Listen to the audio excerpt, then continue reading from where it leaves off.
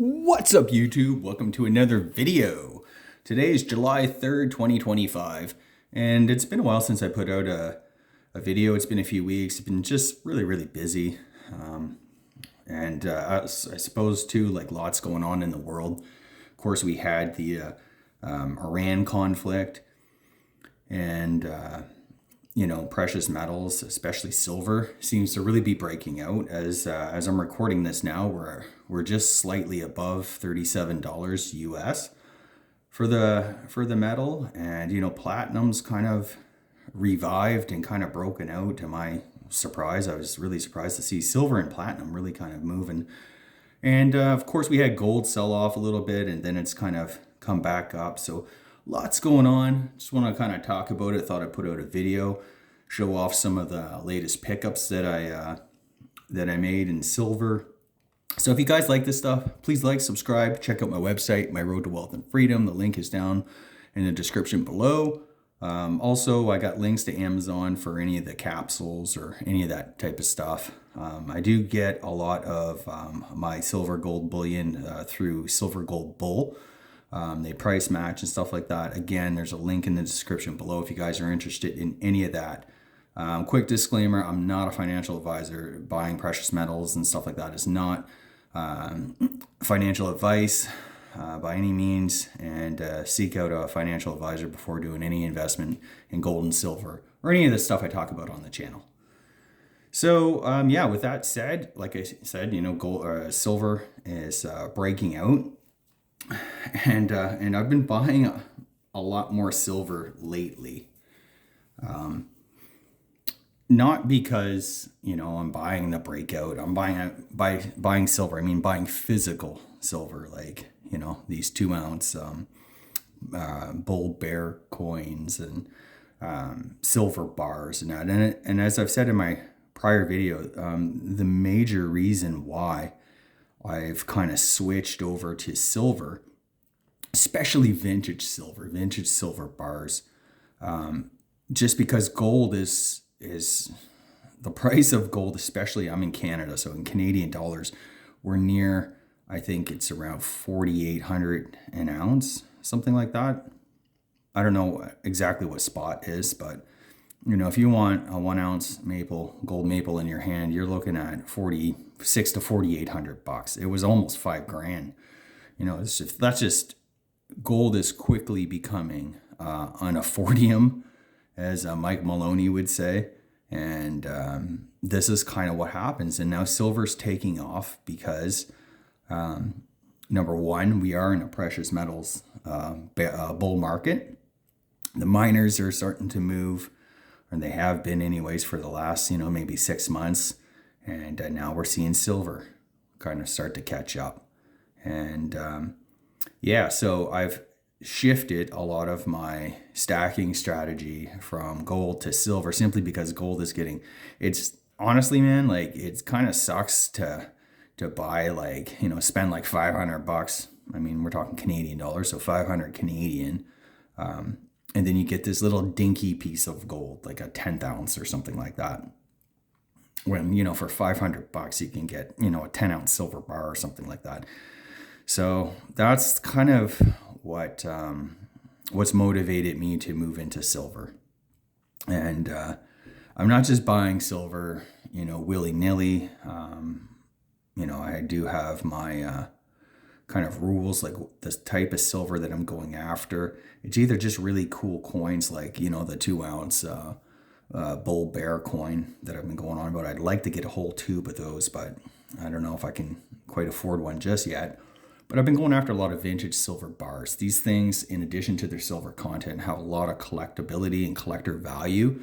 So, we're in this kind of, silver itself is expensive. Premiums on silver have always been quite high. It's virtually impossible to get silver at or near spot anymore. And so that's kind of what I've been shifting into. And that's the reason. And for a while, last few weeks, I've been kind of kicking my butt, like, oh man, I wish I would have bought, some more silver when the prices were so much lower. However, I realized I was buying gold at that time. So, And in the scheme of things, although I do love silver, I've always maintained that, gold is more a wealth preservation asset than is silver. It just is. If you look at silver, super volatile. It's breaking out and having some big moves now, kind of playing catch up. But I'm not convinced that, this time is different. This time, silver is going to hundreds of dollars, and maybe that's a possibility, but I just look at the past performance of silver. And I mean, we can get into the manipulation and all that stuff. I'm not interested in the reasons why something is down for a long period of time. I'm more interested in, I need to preserve wealth, and I need to, insure my financial assets against, what I think is, either, a major like inflationary impulse or whatever. So, but yeah, should everybody own a tube of silver? I 100% think so. I own a lot more because I'm just more comfortable with silver. I've always been, like I said, a coin collector and stuff like that. So owning silver bars and silver coins, it really doesn't scare me. I love this. I collect this. It's a hobby for me. More so than just the gold. But nonetheless, it is what it is. So, yeah, anyway, beyond that, I just want to talk a little bit about some of the things that I picked up. So first off, I'll show you a really cool piece that I bought. This is a Johnson Matthey. I've been collecting a lot of JM bars, Johnson Matthey. And it's this bad boy right here. It's a 500 grams, so it's a half kilo silver bar. And you can see that, these are quite scarce bars. There's not really many of these made or still in existence. I forget the exact mintage on All Ankle Hard, but man, you see these and the price is right. You got to kind of move on them. And yeah, you can see it has some beautiful pour lines, a nice, strong stamp, really nice surfaces, a little bit of toning. That's to be expected on a bar this old, but not too many surface marks or anything like that. Really decent. What I really like on the back is, check it out. It has this like kind of bubbling and just a really nice bar. It's a really, it's a premium piece, and it's one that I'm gonna be having in the collection for a long time. So I'm not concerned in the least about, if I've overpaid or paid a premium for this stuff. I think this stuff will hold its value. Vintage silver is really, really on a tear lately. So last few years anyway. And a lot of people just want to, in addition to that, I mean, like we talked about, silver is breaking out. If we do have some sort of financial reset or anything of the sort, we are going to, potentially this could, be worth a lot more than what I paid for it, even though I paid pretty good premium for this thing. So, yeah, anyway, just a really cool piece, cool conversation piece. I'll set that down there. What else do I got here? So I've been keeping these in these silver gold bull cotton bags. And I showed this one before. This is my 20 ounce bar. This is kind of my first, I don't want to say it's my first poured bar because it's not, but I think this is like one of my first like larger bars. My first like anything above 10 ounces is this thing here. And man, I gotta tell you guys, this is like addicting stuff, dude. Like really cool, authentic, vintage silver bars. And man, it's something to have and hold, real tangible wealth, of course. And it's something that I hope to one day maybe pass on to my kids, and I hope that they take good care of it. And last but not least, I'm not gonna break out every silver bar, but this was a major purchase for me. And this is a 1 kilo bar, and it's a Johnson Matthey in Mallory, Canada. And this is a beaut. I'm not sure if You can see it's very, very clean bar, you know, really nice surfaces, really strong stamping on it.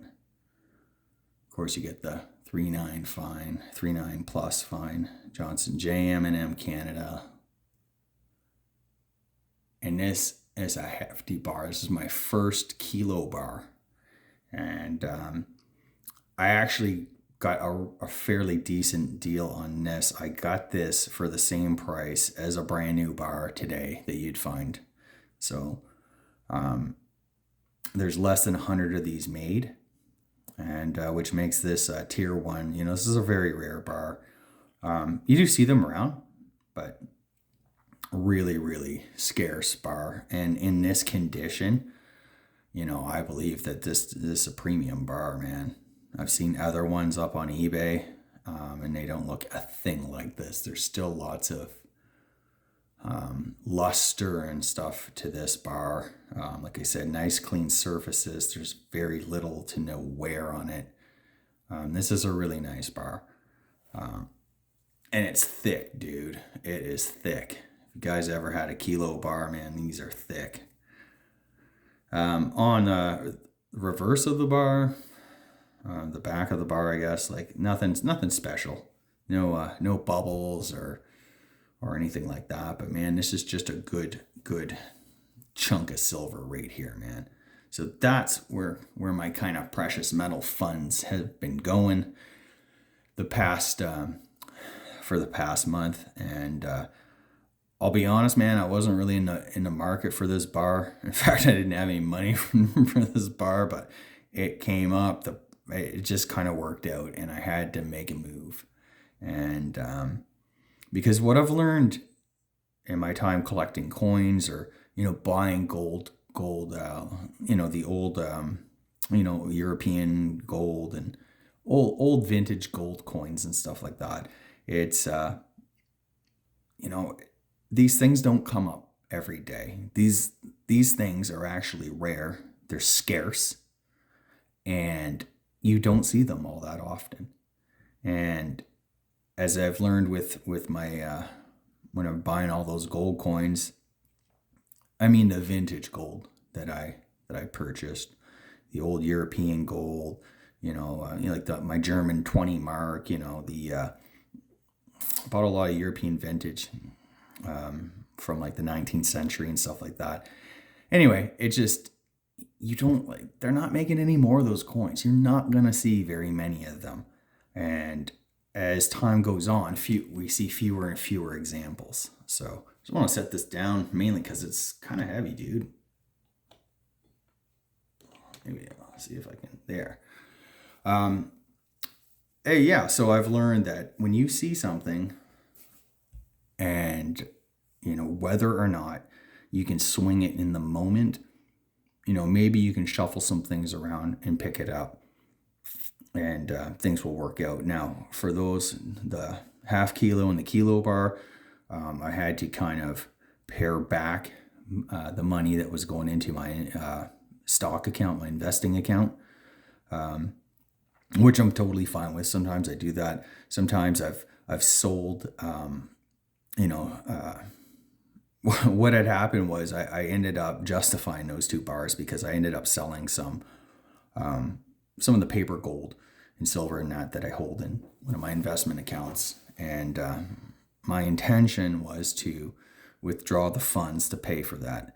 But rather than do that, I just decided to keep the money in the account, and I'll just not put as much in going forward. So I don't know, man. It's all the same in the end. But the end result is that I got, 1.5 kilos of silver last month. And now the price is even more than, the spot is even more than, what I paid for those things. So I probably have a small profit. I know that kilo bar for sure is worth at least 10-15% more than what I paid for it.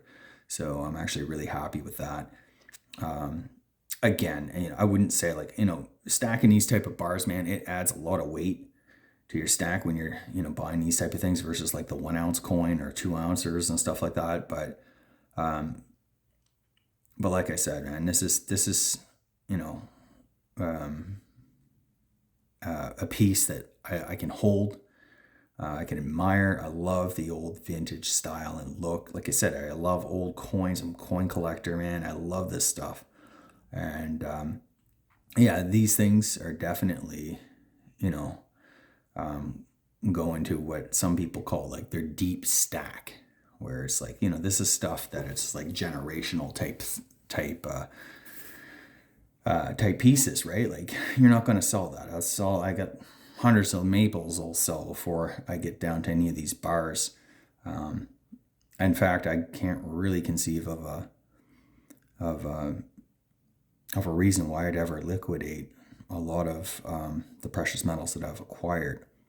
I mean, especially once you get a lot of financial assets, you can liquidate a lot of those, even if the markets totally collapse and stuff like that. I mean, there's always if you're diversified, if you kind of know what you're doing and you don't panic in that, you can always draw on some of those funds and preserve your physical gold and silver.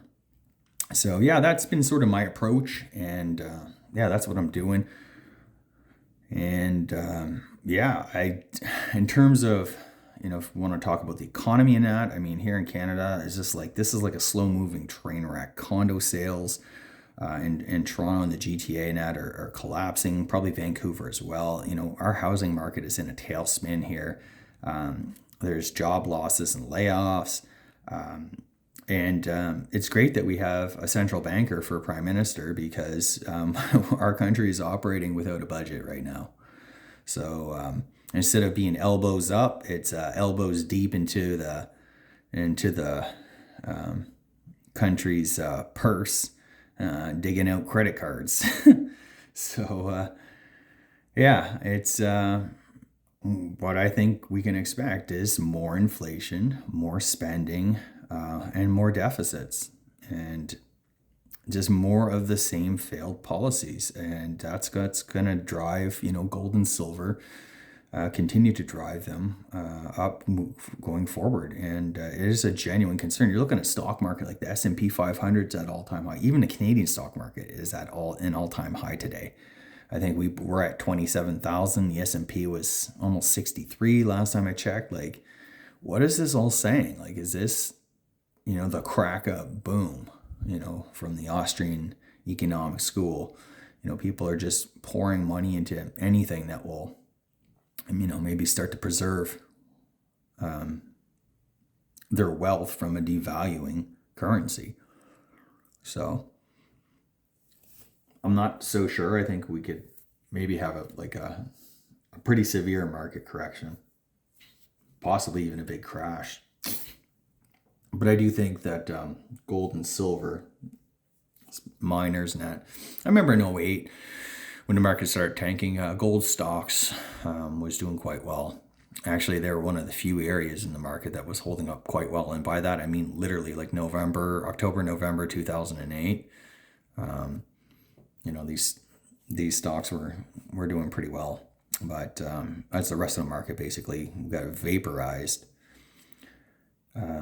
So yeah, I can see that, maybe shielding us from what's to come.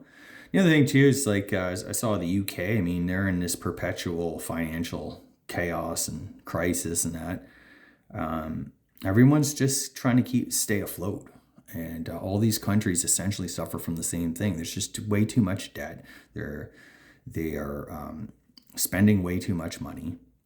And it looks like we're getting called on it. The bond market is having a vote here, and central banks. How much of the debt can you monetize? How much of the debt can you buy and stuff? I don't know. And looking at the U.S. here, we have the big beautiful bill.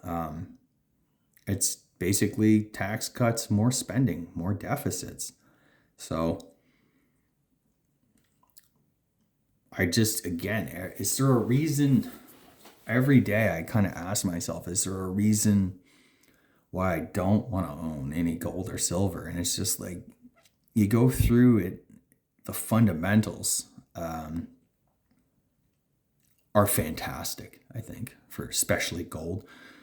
There's a lot of central bank buying of gold, and that's gold that's gone off the market for, I don't want to say forever. I mean, they have been known to sell, but typically that stuff is long-term holds. A lot of wealthy families. There's a lot of like really crazy shady stuff going on in precious metals markets, and it just seems like we are heading towards some sort of reset, revaluation across the West. Meanwhile, China keeps, they've opened a gold depository where you can buy and sell gold or settle gold, settle in gold. And yeah, that kind of, gives you a little bit of insight into where the world is heading. And I don't think there is this giant grand conspiracy of, we're going to, China and BRICS is going to herald a new gold standard and, totally like surprise everyone. I think a lot of change happens like slowly in these little fits and starts and haphazard ways, and just like people are just trying to kind of jockey for the best position that they can put their countries in. And that's kind of how it goes. I don't think there's just like one all-knowing evil person at the center that's plotting the demise of the US dollar or anything like that. I think this is just symptomatic of the chaos in the financial system, the financial markets, global economy. There's just a lot of uncertainty right now, and yeah, that's kind of the way it is. That's why I think, like, owning some gold and silver in your portfolio, physical precious metals especially, you want to hold and own them, because, man, anything can happen in the financial system. I'll just like quickly relay a little story. I have two small kids, and they have like a bank account, and this is like a children's bank account, and the bank is like charging them like, they weren't supposed to charge them, because I guess if you're over 18 or if you're under 18, you're not supposed to pay fees. And my wife told me the other day the bank's been charging them fees on their little savings accounts. Like, again, people, why in the hell do you want to own or keep any of your money in a bank account?